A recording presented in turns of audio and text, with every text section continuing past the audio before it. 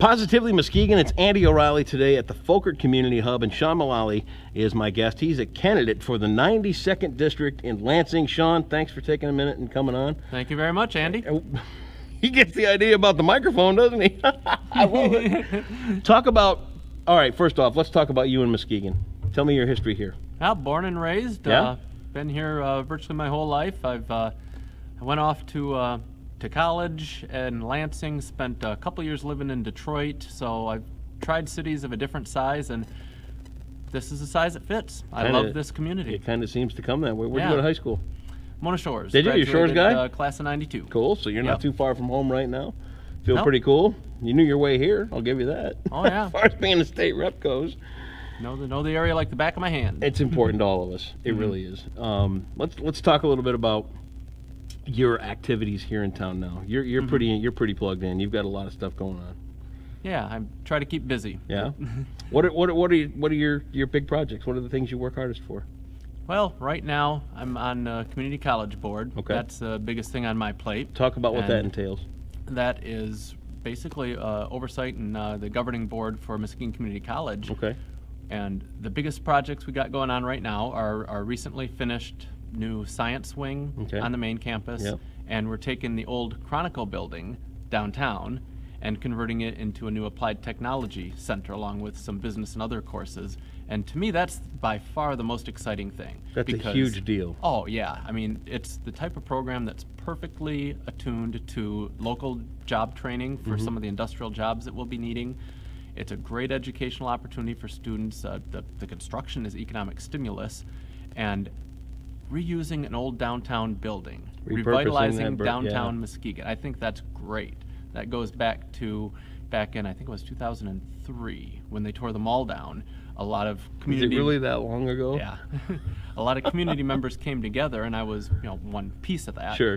The Imagine Muskegon project kind of laid the framework for a vision for downtown revitalization, and the pieces have been falling into place. We got Western Avenue rebuilt. We've got some new businesses, some exciting ones pop up there. Yep. Bringing some more student foot traffic down there, I think is really going to jumpstart it. I think the student foot traffic is a major key to the beginnings of it, because for the longest time when that mall was there and then it was gone, and it's so hard to believe it was 2003. It was that long ago already. Yeah, unbelievable.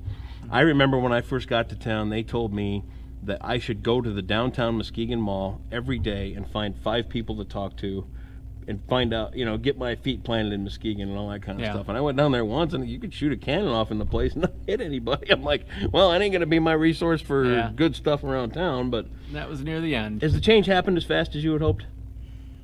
You'd always want it to be faster. Yeah. You'd ask me back then when they tore that down, I wouldn't have thought it'd be a dozen years and we'd still kind of be working on it. But there hasn't been a lot done, right? And so I can't discredit that. And really, really excited to see it move in motion. I think it's actually accelerating. So that's the other thing. Everybody I've talked to in the last couple of months can really feel this groundswell coming to Muskegon. That we're next. We're the next big splash in Michigan, and it's a good thing.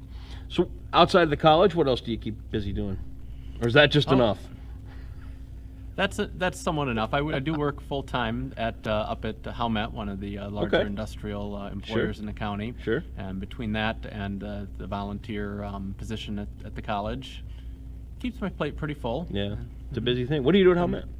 I'm a heat treat operator in the titanium casting division. Very cool. And I also serve on the executive board of our union, UAW Local 1243. Sure. And actually in that role, we participate in a lot of community activities. We do food trucks in the community, clothing drives, environmental cleanups, that sort of thing, and that's a great outreach too. And I really like participating in that. Yeah, it's an incredible piece of our economy here, Howmet, and to think what they've got going on up there. And I had never really had a whole lot of experience in and around Howmet until I worked at that little radio station up there just outside of Whitehall. And daily I would see the people coming in and out of Howmet and how big it really is. And what a great thing for me to see, to know how big that is. It's just out of town, you can see it daily. It's the lifeblood of the White Lake area. Yeah. And a lot of people from Muskegon work up there as well. Great place. And it's amazingly full of technology too. You walk in there and robots everywhere, and that's exactly what we're trying to feed into with the Technology Center at MCC. Yeah. It's exactly that sort of thing. Because gone are the days where you can just walk in and just pick up a tool and start working. I mean, it's complicated. Widget jobs are hard to find now. Yeah. And I don't think they're coming back. I No. fought it when I first came here on the radio. I thought that we'd see that again and again. And I have to change my thought on that. Yeah. Now let's talk about the motivation to go to Lansing. Was it all the fun you had in college and you want to go back, or what drives you to want to get back to Lansing? Well, it's partially my experience in the position I've been in at the college. Sure. It's a nonpartisan role. Yep. And, well, we got some liberals, some conservative folks there, but Good mix. You got to have both. exactly. And we've done a great job, I feel, at leaving those labels at the door. Yep. Coming to the table, cooperating, getting along, and actually producing results. Yeah. And when I look at what's going on at the state level, I don't see that happening to the same degree. Yeah. I see a lot of gridlock, a lot of headbutting, people digging in their partisan sides as opposed to cooperating. Yeah. And I'm going to try to do my part to change that. I mean, I'm I'll like be one everybody else. person. I'm sick of it. Yeah. I want more out of government. I want better. I want cooperation. I don't want this me attitude. Right. For our people, and that I want it to be, what can we do for you? Exactly. And I'm just a city council guy. Yeah. It's small, Mm-hmm. but that's kind of my thing. What can I do for you? How can I make your day better? I think there should be more of that. Yeah, service. That's what Service. it's all about. Yeah, it is. So you're out, you're hammering doors, you're putting signs up, all that's going on now. When you come to the door, bang, bang, bang, I open it up. What you going to tell me? Well, I'm going to introduce myself. Yep. I'm going to tell you why I'm running, and that's because of the problems I see in Lansing and the things I want to change. Okay. The system's broken right now. We've seen that in the results that we've seen in Flint. Yeah. I want to see a much swifter resolution to that. I want to see more sense of urgency. Yep. I don't like that the roads around here haven't been fixed like they ought to be. Really? If Never noticed. you want to get a wholehearted nod of approval, tell a voter that about the roads. I'll fix your road. Come and do it. But then, and keep this in mind, because of Roosevelt Park right now, Yeah. once you start it, then they hate you for starting it. Because we got that going on with the Roosevelt Road project. Temporarily. No one likes seeing the orange barrels, but know. they love it when it's done. Absolutely. So that's a big part. What else? That's a big part. I also think that some of the tax code changes in recent years, the pension tax on seniors, and the cutting of the earned income tax credit that impact a lot of low-income workers. I think those are two of the last things we should be doing. I think those groups of people shouldn't be squeezed for more money because they don't have much to give. Yeah. I'd like to see that turned around as well. Yeah. And education. That's near and dear to my heart, being on the college board, the son of 2 teachers. I love what we've got here in Muskegon with the Muskegon Promise. Came out of the MAISD, and I think that is a great model we could use for the rest of the state. Yep.